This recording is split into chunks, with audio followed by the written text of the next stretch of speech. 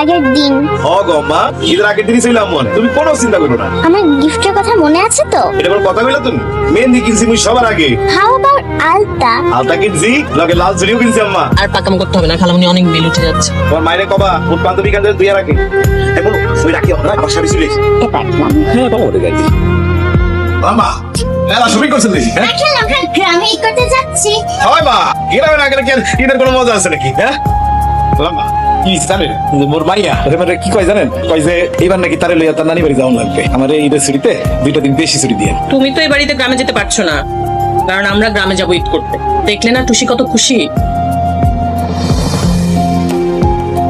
ও বাবা, শোনো না, শোনো, এই ড্রেসটাকে আমি গ্রামের বাড়িতে নিয়ে যাব।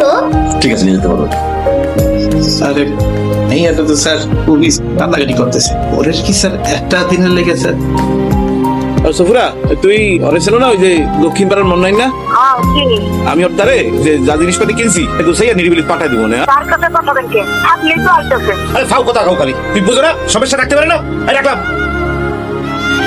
এই তুই কথা বুঝো না? মানে বাজান, আম্মা আম্মা আমু তো আম্মা, আমার একটু সমস্যা হয়েছে আম্মা, তুই একদিন দেরি হইব আম্মা। আমি তোমার তারিখ করুন না। রুম কে এটা? আপনাকে সালাম। জি আপনার ব্যাগ গোছান, যান ফোরেন। ওকে আপনি যাইবেন, এখন থেকে আমি থাকুম।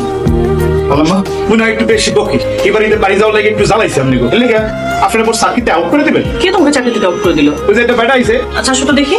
দেখুন, খুব সিনসিয়ারলি ডিউটি করতে হবে। হ্যাঁ, কি ব্যাপার? তুমি ওনাকে নিয়ে এসছো কেন? সালামের কি সমস্যা? ওনাকে তো মাত্র 7 দিনের জন্য এনেছে।